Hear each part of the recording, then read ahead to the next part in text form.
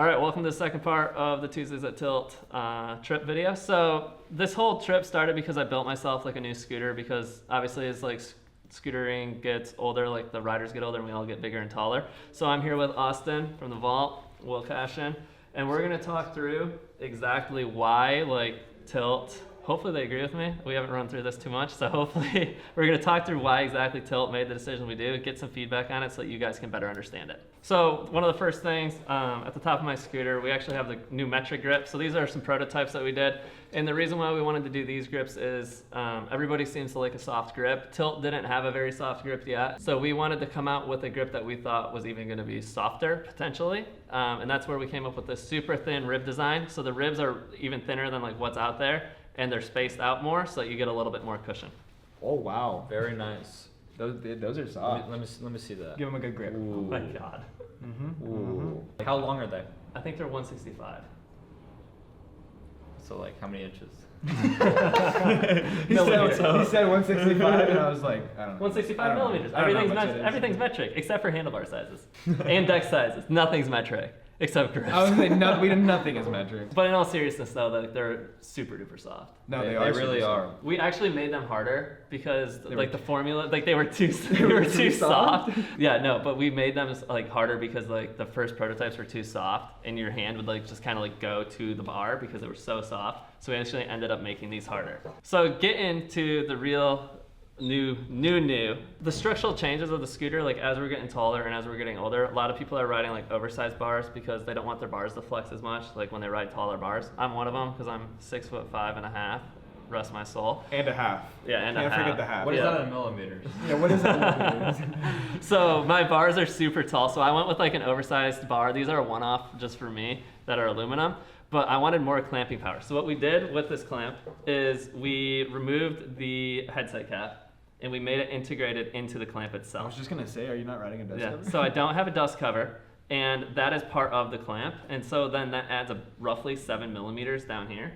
And then what we did to keep it all centered is we added 7 millimeters up here.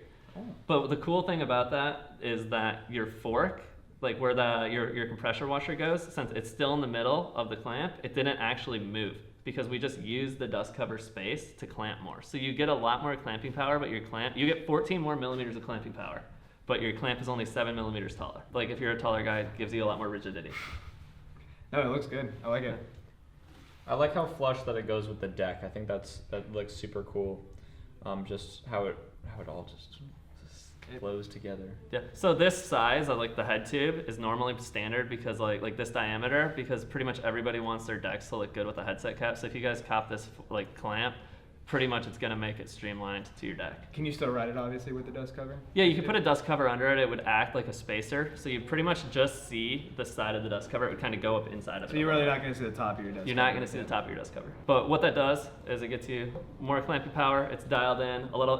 It comes with a shim, but it's really dialed in for oversized bars because that's when you really want more clamping power. And then it gives you a little bit more streamlined look. I feel like that clamp would be good too because a problem that I have is that my bars do end up pulling out of my SCS, and I feel like having that extra amount of clamping power would be very crucial, and it would probably keep my bars in 100% better. There's something else about this clamp. Let's hear it. What the heck is that? It's like super light on the inside now. So it's internally lightened. That's crazy. Internally lightened. That's cool. Yeah, I mean, I guess you don't really need those notches in there, like because it's like as long as you have the inside points. That's all that matters. Yeah, so the clamp is notched out on the inside to make it a little bit lighter. And so that way you get like this really streamlined look on the outside. But like you still have like a lighter clamp. It was fun being in this video though. Goodbye. Share all my thoughts because you know all my thoughts. All right. I'm just gonna be upstairs. So Later video. All right, man down. And then coming down here, as scooters get bigger, of course, you need bigger wheels. So there aren't a ton of people making bigger wheels out there. We wanted to see what we could do with it. So this is Tilt's take on kind of like what we thought was the way to move forward with bigger wheels for everybody. And so the way we did that is we started with overall dimensions of 30 millimeters wide by 120 millimeters diameter. And pretty much the reasons why is if you go over 125, your fork gets so thin above the wheel that your fork loses strength. And if you want your fork to stay like thick and strong there, then it has to get longer. And then that throws off the dimensions of your entire scooter. So if you go over 120, you're either gonna pretty much end up with a weaker fork, or you're gonna end up with different dimensions on your scooter, and we wanted everything to be interchangeable. So part of the interchangeable concept was that we wanted to use the same standard 608 bearing. And if you, I mean, I always thought that if you get a decent bearing, it lasts pretty long. If you get a cheap bearing, it's gonna blow out. Yeah. So you can either get a really cheap, bigger bearing, and like it's gonna be okay, or you can just get a decent 608 bearing, and it's gonna like do just fine. Like people really don't break tilt bearings that often.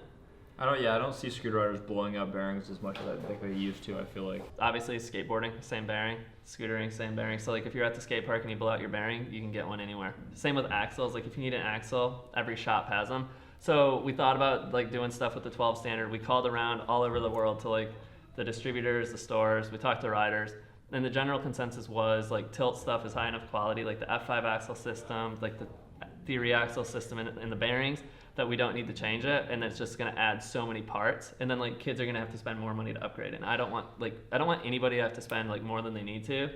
And like low key, like no, it's not low key. Everybody knows tilt's pretty expensive to begin with because we make pretty good stuff.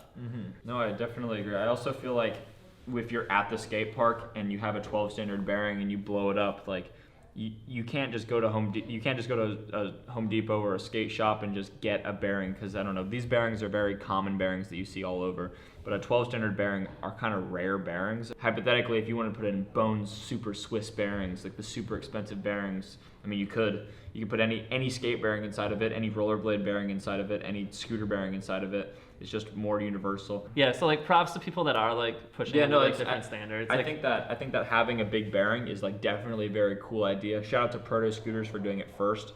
I think it's sick that those companies are like doing something new and different, and like I don't mean any like hate or anything like that. I think that's one way to go. We're choosing to go a different way.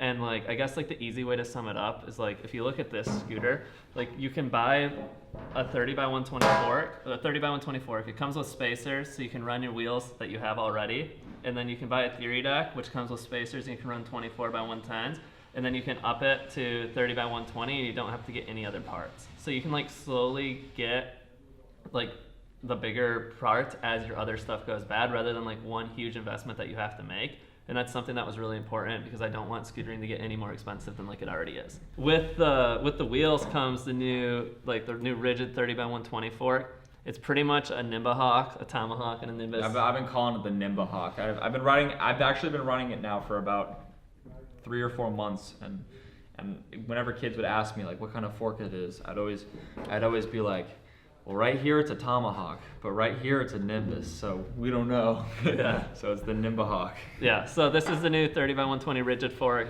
and then pretty much, yeah, because when you have bigger wheels, you need a bigger fork, and then it will come with spacers as well, so you can like hop up like slowly as well, like so you don't have to upgrade everything at once. One of the main reasons that I'm here right now is I'm actually here to talk about my signature, not tilt wheels, but Metra by Tilt wheels. But yeah, here they are right here. They are the clear wheels. If you guys have been following my content, you'll know that I've been running clear wheels for a long time. No, they're not blunt wheels. No, they're not Envy wheels. They are actually my signature Metra wheels. Yeah, I've been running these wheels and absolutely love them. So if you like 110 millimeter wheels, I would definitely say try these out and see what you think about them, because I can sit here, I can talk about how much I like them, but until you try them for yourselves, you won't ever have like a true opinion of it. So what I suggest is to try wide wheels at least once, and if you don't like it, go back. You know, the cool thing about scooter parts now is you could get the whole conversion kit for wide wheels, and if you end up not liking wide wheels, you can just put some spacers in, and then you're back on your 24 by 110 wheels with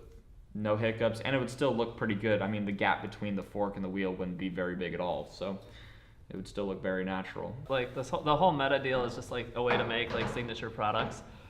We'll do more videos on that in the future, but I noticed like a lot of like companies aren't making signature wheels with graphics on like the urethane, and I thought that like with like a bunch of different colors, and I really wanted to see more signature wheels with graphics on the urethane and more guys supported. So what we did with Will was we did this crazy clear urethane, and it's super sweet. His are a little dirty right now, but if you look at it from the front, you see like blue, and then as you turn it, it goes clear. And one other last thing is, if you notice on the back how flush this whole system fits together with the theory deck, So before the theory deck was even made, we had this in mind to move forward with 30 by 120, just as an option. Like, not everybody's gonna want 30 by 120 wheels. Christian behind the camera, he prefers 24 by 110. He prefers full cores. It's sick. It's a different style of like riding, trick selection. And I just want Tilt to make sure that we can cater to everybody and make something for everybody. I found that if you're somebody that likes to pump around pockets and likes to just get as much speed as possible, I think that wide wheels are definitely a good alternative. I think that they also really help manuals. You can really leverage turning in manuals a lot better because you're just sitting on more urethane. I don't know, I think park riders and street riders, I think every single scooter rider should definitely try wide wheels and see how they are. And if they match your riding style, I mean, only you would know if it matches your riding style. And if you do end up liking it, then definitely stick with it, because there's going to be a lot more parts upcoming that are compatible. Will rides these, Dylan Casson rides these, Joe Voss rides these, Zach Rowan back there rides these. So like a bunch of guys ride them, and talking about that, we're going to get out of here and go have some fun and ride for a day or two and head up to A-Town. See you there, guys.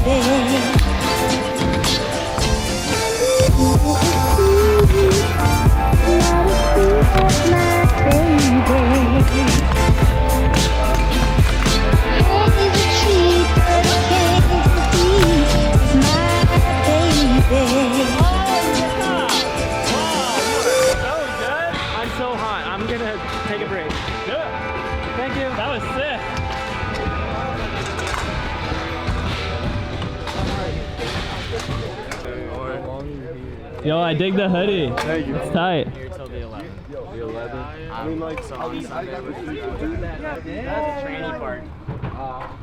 What do you think about these grips? These mine? No, those are Delaney's. Oh, You have some. I do. They're really nice. Pretty soft. Take a little break in, but after that you're good. Do they need to be softer?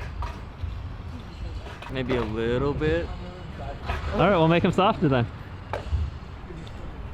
Here. Walk back over there. Damn it, I gotta take this scooter back. Oh, yo. Yo, I blew it. Fusion grips, though. All right, I blew I don't it. know if you guys can match this fusion quality. Let me see.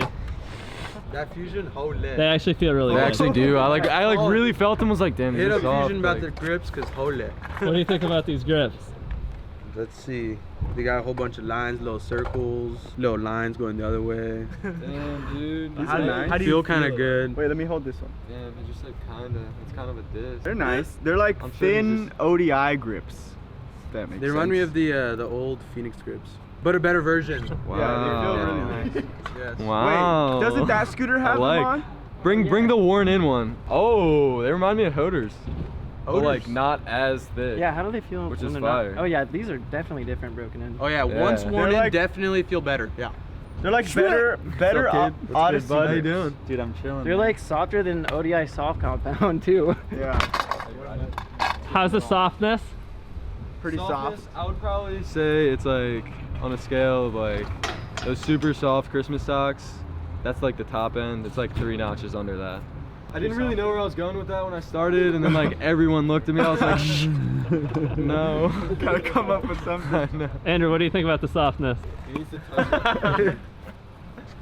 It's pretty soft.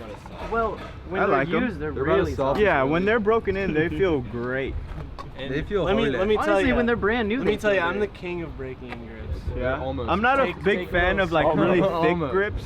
Sandpaper. So these feel really nice. When I put Once they're broken in. like I hate. I Also, my hands are always sand them with sweaty too. sandpaper, So. just, like, wear 'em in. Sweaty boy. Got it. Oh, it's dirty. Sorry, Colin. They're pretty soft. I know. I like them. Dude, I'm down to talk about it. What do you think? So right here we have these beautiful grips. They're very soft. I got into a fight one time and the opponent told me that I was soft, and these grips are softer than me. So there you go. Yes. Yes. Christmas socks and fights. Hey Delaney, what do you think about these grips? Yeah. Oh, yo, those are sick. They're so nice. They're super squishy. Or look, and the design on those are sick. Are they soft? Yeah, they're super soft. Those are actually for you. Really? Yeah, we brought them for you. Yo, thank you so much. I'm gonna put them on right now. Thank you. They're perfect. Heck yeah. Thank you so much. Put on grips before. Oh, this is gonna be embarrassing. Yeah. I'll learn. Air compressor? Yeah. Okay. I have no idea how that works. We're gonna have to ask. Do you know how this air compressor works? Yeah. Oh. There you go. Wait, how do you do it? Oh, you gotta grab the bar ends out first. Alright. Oh, I can't do this. This was a bad idea. Oh yeah, those are gonna break off in there. Yeah. We don't want to do that. What you guys got going on over here? We wanted to get these out. Are you any good at getting these out? Dang, I can tell you work at a scooter shop and I don't. Damn, dude. They're in there. That's in there. My man. One you go. more. Ah, damn. All right. Nice. I've never done this before. There we go. Dude, look at my board. One down. Who cut those? I did. That's horrible. There we go. I promise you I didn't put super glue on this. Can we put it on this way too? Yeah. I got it. Okay. There we go. Yeah. Easy.